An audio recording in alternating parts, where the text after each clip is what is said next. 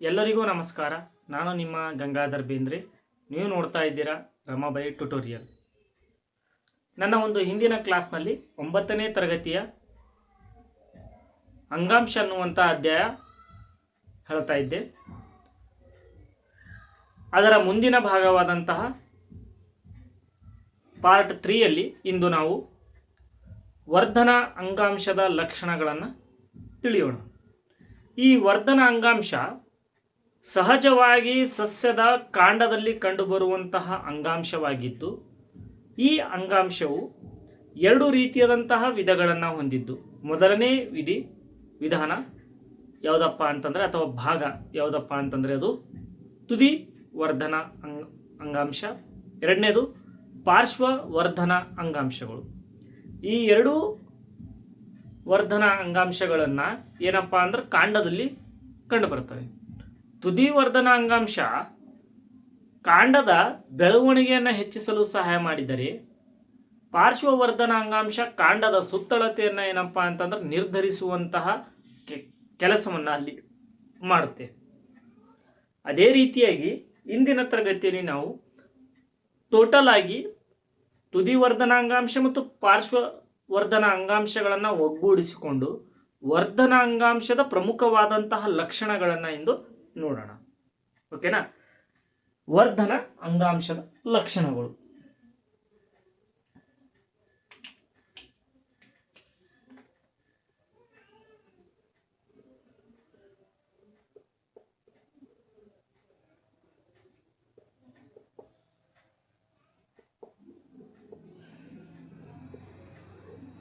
ವರ್ಧನ ಅಂಗಾಂಶದ ಮೊದಲನೇ ಲಕ್ಷಣ ಏನಪ್ಪ ಅಂತಂದ್ರೆ, ಇಲ್ಲಿ ಕೋಶ ಭಿತ್ತಿಯು ತೆಳುವಾಗಿರುತ್ತದೆ. ಕೋಶ ಭಿತ್ತಿಯು ತೆಳುವಾಗಿರುತ್ತದೆ. ಸಹಜವಾಗಿ ಸಸ್ಯಗಳಲ್ಲಿ ಕೋಶ ಭಿತ್ತಿ ಏನಪ್ಪಾ ಅಂತಂದ್ರೆ ಗಡಸಾಗಿರುತ್ತದೆ. ಕೇಳಿರ್ಬೋದು, ಜೀವಕೋಶಗಳಲ್ಲಿ ಪ್ರಮುಖವಾದಂತಹ 3 ಭಾಗಗಳಲ್ಲಿ ಏನಪ್ಪಾ ಅಂದ್ರೆ ಕೋಶ ಕೇಂದ್ರ, ಕೋಶ ದ್ರವ್ಯ, ಕೋಶ ಪೊರೆ, ಈ 3 ಪ್ರಾಣಿ ಜೀವಕೋಶದಲ್ಲಿ ಕಂಡು ಬಂದಿದ್ದರೆ, ಕೋಶ ಭಿತ್ತಿಯು ಸಸ್ಯ ಜೀವಕೋಶದಲ್ಲಿ ಕಂಡು ಬರ್ತದ. ಈ ಸಸ್ಯ ಜೀವಕೋಶದಲ್ಲಿ ಕಂಡು ಬರುವಂತಹ ಕೋಶ ಭಿತ್ತಿಯು ವರ್ಧನ ಅಂಗಾಂಶದಲ್ಲಿ ಪ್ರಮುಖವಾಗಿ ಕೋಶ ಭಿತ್ತಿ ಏನಾಗಿರ್ತದಪ್ಪ ಅಂದ್ರೆ ತೆಳುವಾಗಿರ್ತದ ಅಂತ ಅನ್ನುವಂಥದ್ದು. ಓಕೆನಾ? ಇನ್ನ ಎರಡನೇ ಪಾಯಿಂಟ್ ಏನ್ ಹೇಳ್ತದಪ್ಪ ಅಂತಂದ್ರೆ, ಇದು ಈ ವರ್ಧನ ಅಂಗಾಂಶವು ಏನಪ್ಪಾ ಅಂದ್ರೆ ನಿರಂತರವಾದಂತಹ ವಿಭಜನೆಯನ್ನ ಏನಪ್ಪಾ ಅಂದ್ರೆ ಇಲ್ಲಿ ಒಳಗೊಂಡಿರ್ತದ.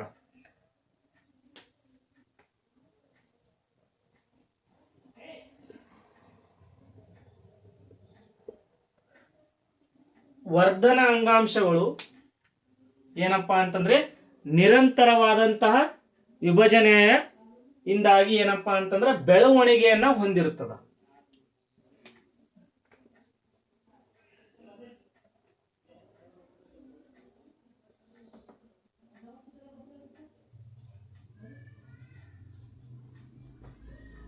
ನೋಡಿ, ಮೊದಲನೇ ಪಾಯಿಂಟ್ ಕೋಶ ಭಿತ್ತಿ ತೆಳುವಾಗಿದ್ದರೆ, ಎರಡನೇ ಪಾಯಿಂಟ್ ನಲ್ಲಿ ಏನಪ್ಪಾ ಅಂದ್ರೆ ನಿರಂತರವಾದ ವಿಭಜನೆಯಿಂದ ಬೆಳವಣಿಗೆಯನ್ನ ಹೊಂದುತ್ತದೆ. ಅಂದ್ರೆ ವರ್ಧನ ಅಂಗಾಂಶ ನಿರಂತರವಾದಂತಹ ಬೆಳವಣಿಗೆಯನ್ನ ಹೊಂದಿರ್ತದೆ.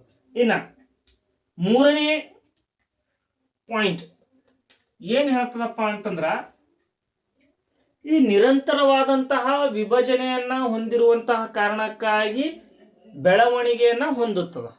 ಅದೇ ರೀತಿಯಾಗಿ ಏನಪ್ಪಾ ಅಂತಂದ್ರೆ ಈ ಜೀವಕೋಶಗಳು ಅಂದ್ರೆ ಈ ವರ್ಧನ ಅಂಗಾಂಶದಲ್ಲಿರುವಂತಹ ಜೀವಕೋಶಗಳು ಒತ್ತೊತ್ತಾಗಿರುತ್ತವೆ, ಕೆಲವೊಂದು ತೈಲು ಸಡಿಲವಾಗಿ ಇರುತ್ತವೆ ಮತ್ತು ಅಂತರ್ಕೋಶೀಯ ಅವಕಾಶಗಳು ಹೊಂದಿರುವುದಿಲ್ಲ ಅಂತ ಅನ್ನುವಂಥದ್ದು ಇಂಪಾರ್ಟೆಂಟ್.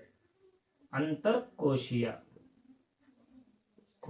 ಅವಕಾಶ ಹೊಂದಿಲ್ಲ. ಓಕೆನಾ? ಅಂತರ್ಕೋಶೀಯ ಅವಕಾಶಗಳು ಏನಪ್ಪಾ ಅಂದ್ರೆ ಇಲ್ಲಿ ಕಂಡು ಬರಲ್ಲ. ಅಂದ್ರೆ ಅಂತರ್ಕೋಶೀಯ ಅಂತಂದ್ರೆ ಇಂಟ್ರಾಸೆಲ್ಯುಲಾರ್ ಅಂತ ಅನ್ನುವಂಥದ್ದು. ಅಂದ್ರೆ ಆ ಕೋಶದಲ್ಲಿ ಏನಪ್ಪಾ ಅಂತಂದ್ರೆ ಆ ಜೀವಕೋಶದಲ್ಲಿ ಅಂತರ ಅವಕಾಶಗಳನ್ನ ಇಲ್ಲಿ ಹೊಂದಿರುವುದಿಲ್ಲ. ಮೂರನೇ ವರ್ಧನ ಅಂಗಾಂಶದಲ್ಲಿ ಪ್ರಮುಖ ಲಕ್ಷಣವಾದದ್ದು ಈ ಜೀವಕೋಶಗಳೇನಪ್ಪಾ ಅಂದ್ರೆ ನಿರಂತರವಾದಂತಹ ಬೆಳವಣಿಗೆಯನ್ನ ಹೊಂದಿದ್ರೆ ವಿಭಜನೆಯನ್ನು ಕೂಡ ಮಾಡುತ್ತಾ, ಆದ್ರೆ ಅಂತರ್ಕೋಶೀಯ ಅವಕಾಶಗಳು ಇಲ್ಲಿ ಹೆಚ್ಚು ಕಂಡು ಬರುವುದಿಲ್ಲ. ಇನ್ನ ಕೊನೆಯದಾಗಿ ಏನಪ್ಪಾ ಅಂತಂದ್ರೆ ಇಲ್ಲಿ ಪ್ಲಾಸ್ಟಿಡ್ಗಳ ಬಗ್ಗೆನೂ ಸಹ ಇಲ್ಲಿ ಕೊಟ್ಟಿದ್ದಾನೆ. ಏನ್ ಪ್ಲಾಸ್ಟಿಡ್ಗಳು? ಈ ಪ್ಲಾಸ್ಟಿಡ್ಗಳು ಏನಪ್ಪಾ ಅಂತಂದ್ರೆ ಇಲ್ಲಿ ಸಹಜವಾಗಿ ದೊಡ್ಡದಾದಂತಹ ಕೋಶ ಕೇಂದ್ರ ಹೊಂದಿದ್ದು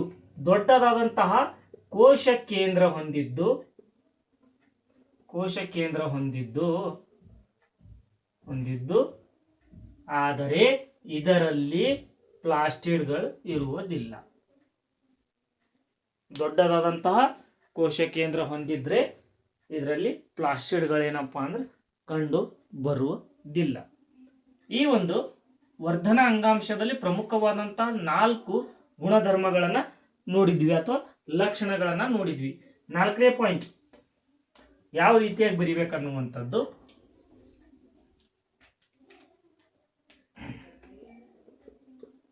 ಕೋಶ ಕೇಂದ್ರ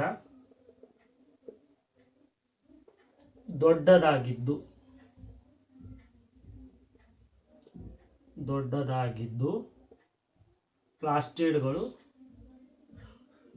ಪ್ಲಾಸ್ಟಿಡ್ಗಳನ್ನ ಹೊಂದಿಲ್ಲ.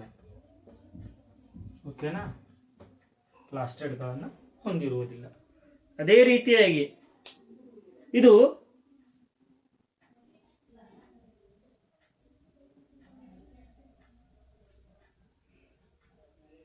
ವರ್ಧನ ಅಂಗಾಂಶದಲ್ಲಿ ಕೋಶ ಭಿತ್ತಿ ತೆಳುವಾಗಿರುತ್ತದೆ. ಮೊದಲನೇ ಲಕ್ಷಣವಾದ್ರೆ. ಎರಡನೇ ಲಕ್ಷಣ ನಿರಂತರವಾದಂತಹ ವಿಭಜನೆಯಿಂದ ಬೆಳವಣಿಗೆಯನ್ನ ಹೊಂದುವಂತಹ ಗುಣಧರ್ಮವನ್ನ ಏನಪ್ಪಾ ಅಂದ್ರೆ ವರ್ಧನ ಅಂಗಾಂಶ ಹೊಂದಿದೆ.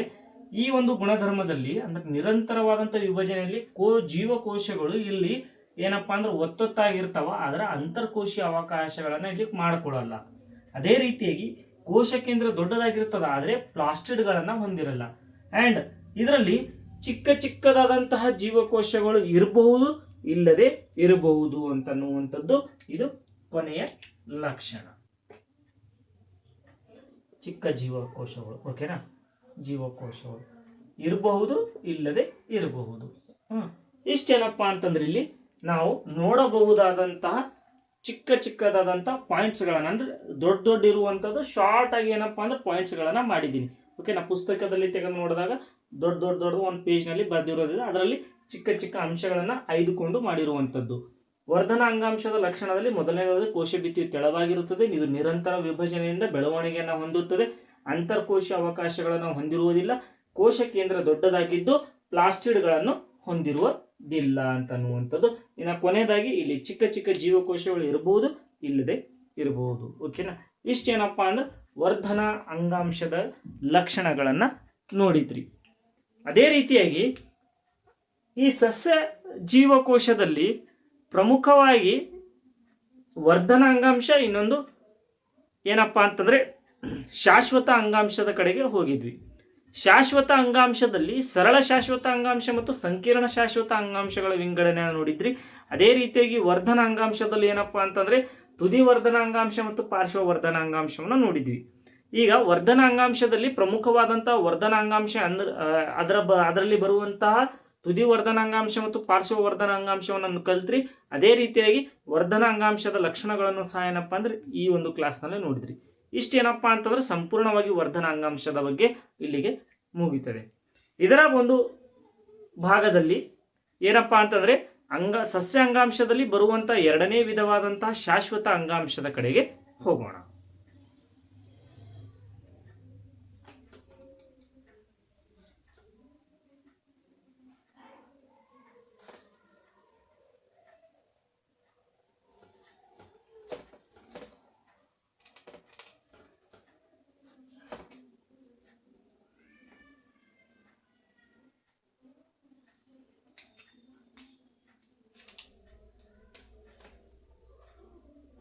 ಶಾಶ್ವತ ಅಂಗಾಂಶ.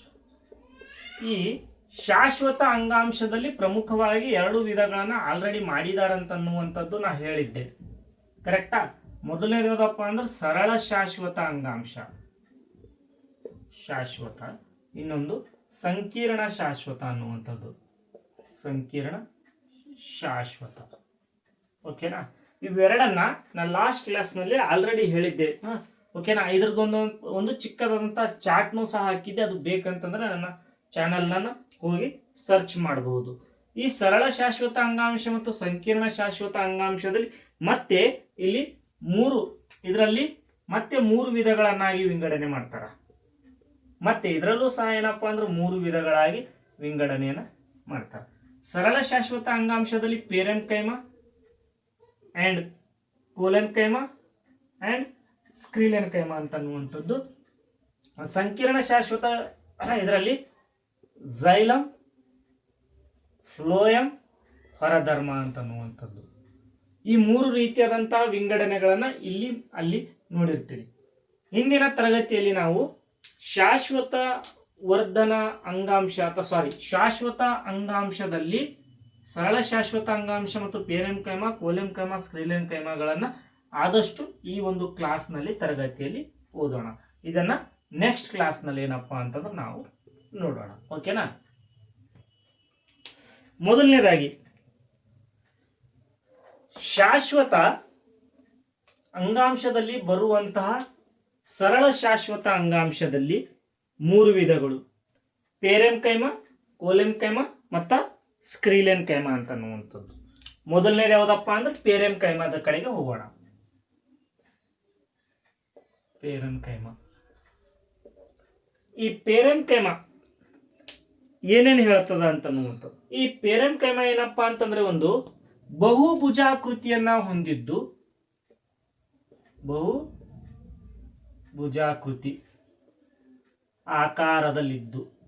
ಆಕಾರದಲ್ಲಿರ್ತದ ಅಥವಾ ಯಾವುದೇ ಆಕಾರವನ್ನು ಹೊಂದಿರುವುದಿಲ್ಲ. ಯಾವುದೇ ಆಕಾರವಿರುವುದಿಲ್ಲ. ನೋಡಿ, ಈ ಪೇರೆನ್ಕೈಮಾ ಅನ್ನುವಂಥದ್ದು ಬಹುಭುಜಾಕೃತಿಯ ಆಕಾರದಲ್ಲಿ ಹೊಂದಿದ್ದು ಅಥವಾ ಯಾವುದೇ ಆಕಾರದಲ್ಲೂ ಇರುವುದಿಲ್ಲ. ಇದು ಒಂದು ಯಾವ ರೀತಿಯ ಆಕಾರದಲ್ಲಿ ಇರಬಹುದಪ್ಪ ಅಂತಂದ್ರೆ ಊಹಿಸಿದಾಗ